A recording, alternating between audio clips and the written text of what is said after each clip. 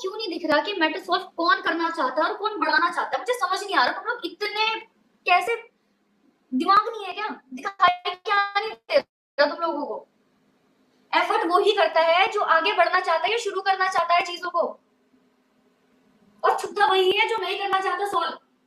क्या नहीं समझ आया? 1.5 साल हो गए ये देखते हुए तुम लोगों को भी सब कुछ। लड़ाई होती तो मनीष ने अपने इंस्टाग्राम से इसकी सारी शादी की फोटोज तो डिलीट कर दी थी, और जिस दिन उसको ब्लॉक करा था उस दिन के बाद से आज तक टच में ही नहीं है यार। 1.5 साल हो गया मेरे को।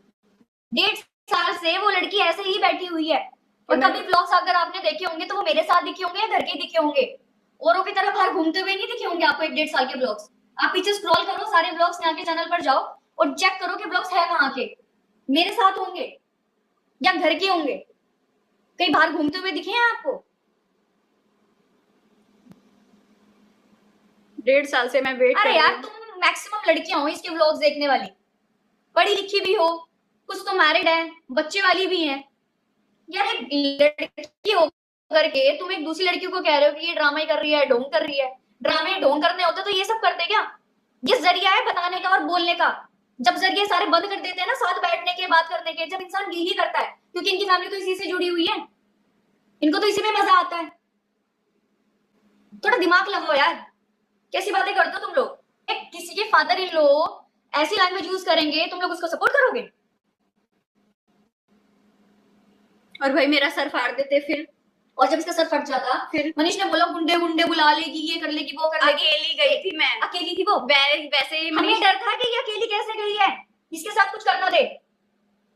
मैंने और बोल उनको दिया लग रहा है 4 बंदों को जो इसको मारने की धमकी दे रहे हो, सरिया उठा रखा है। वाह मनीष वाह। और मेरे हाथ में कुछ भी नहीं, मैं खाली हाथ गई हुई हूँ, सर ये इनके हाथ में है। और ये कह रहे हैं डर क्या कुछ देखा था इसके हाथ में कुछ? और जब इसको निकाला तो इसके सर पे चुन्नी भी नहीं थी, पैर में चप्पल भी नहीं थी। वो तो डाल दो यार, वो तो दिखा दो हमने किस हालत में इसको बाहर निकाला गेट से। फोन भी नहीं था, फोन भी भैया ने दिया मुझे, जो इसका दोस्त खड़ा था।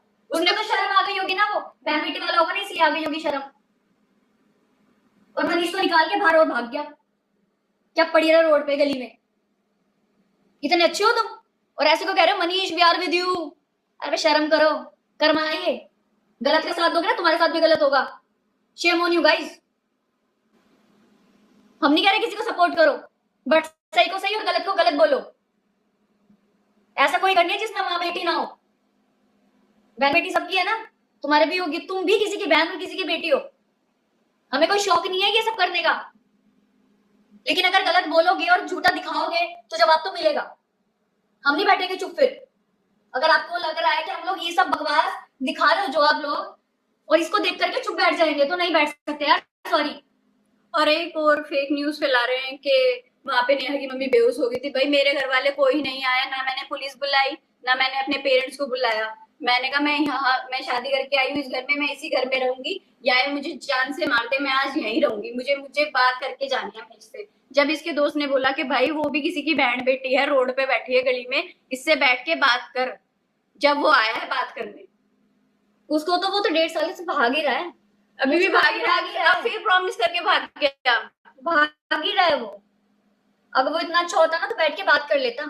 वो भाग ही रहा है, वो भागेगा ही, कि उसकी चलती नहीं है ना। अरे नहीं चलती थी तो मना कर देता कि भाई मेरी नहीं चलती इस घर में, मत करता शादी। कोई जबरदस्ती करी थी शादी करने के लिए? पता नहीं किसने बोला था इसको शादी कर ले। जब बस की नहीं था बस आना। घर वाले फिर बोलते हैं, हम तो बोलते हैं रेंट पे रह ले।